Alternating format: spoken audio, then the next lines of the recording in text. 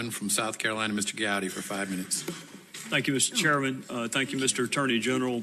I want to cover a couple of areas, but I want to start with something that's very important to me. I think it's important to all people in this country of good conscience, irrespective of their political ideation, and that is the independence of the Department of Justice. And in my judgment, 2016 and 2017 have been challenging years for the Department of Justice. The decision to charge someone carries with it multiple layers of review.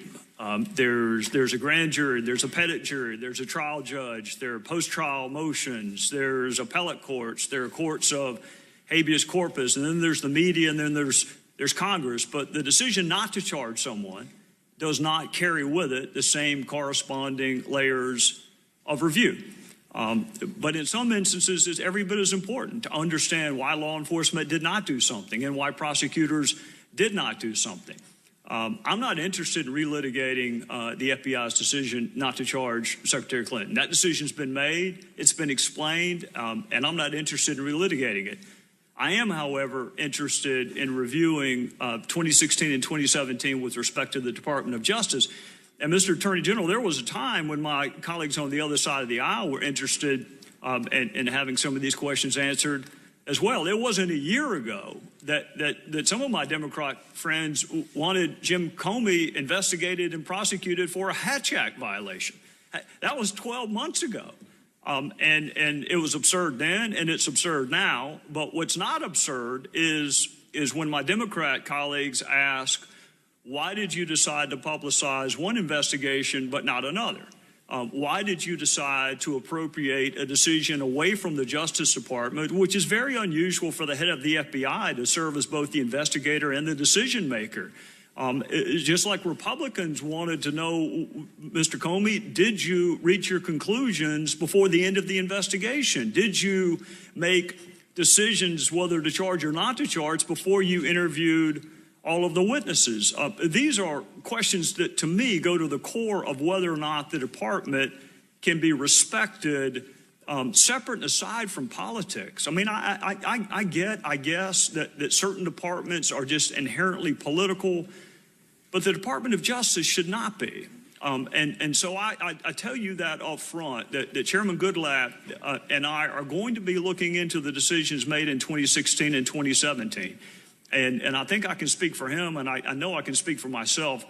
My motivation is a love for that department and a love for the concept of blind justice that doesn't care whether it's an even-numbered year or an odd-numbered year. And to the extent that there were decisions made, including the decision to write a public letter in October of last year and follow that up with another public letter in November, those are legitimate questions, and I hope that the department will cooperate both with respect to making witnesses available, but also with respect to documents so Congress can better understand the decisions that were made and not made and restore some modicum of trust that all people, whether they agreed with the decisions or not, at least understand why they were made. Now, Mr. Conyers asked you whether or not it was appropriate for the president Could I respond just briefly to that? Yes, sir. You're familiar with the Inspector General.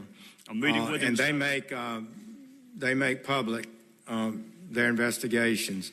And several of the matters that involve the FBI are in the full and intense review by the Inspector General, and perhaps they can, under their rules of disclosure, perhaps you can inquire more about how that's ongoing. But I'm not able to give the details to you at this time. That's a serious matter. It's in my response to the chairman of yesterday.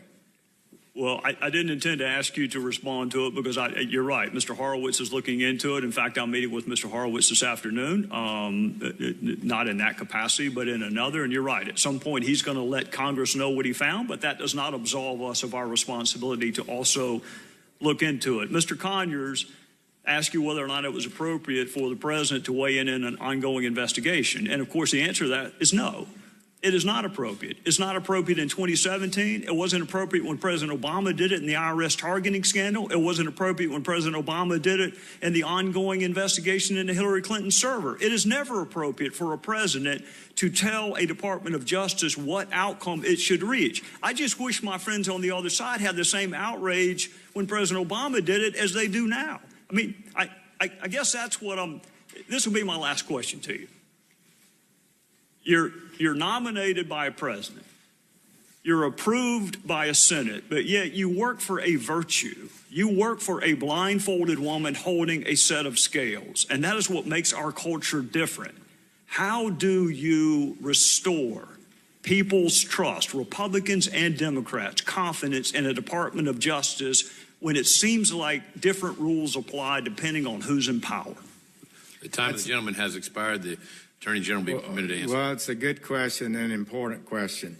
We intend to do our work according to the established principles of the Department of Justice.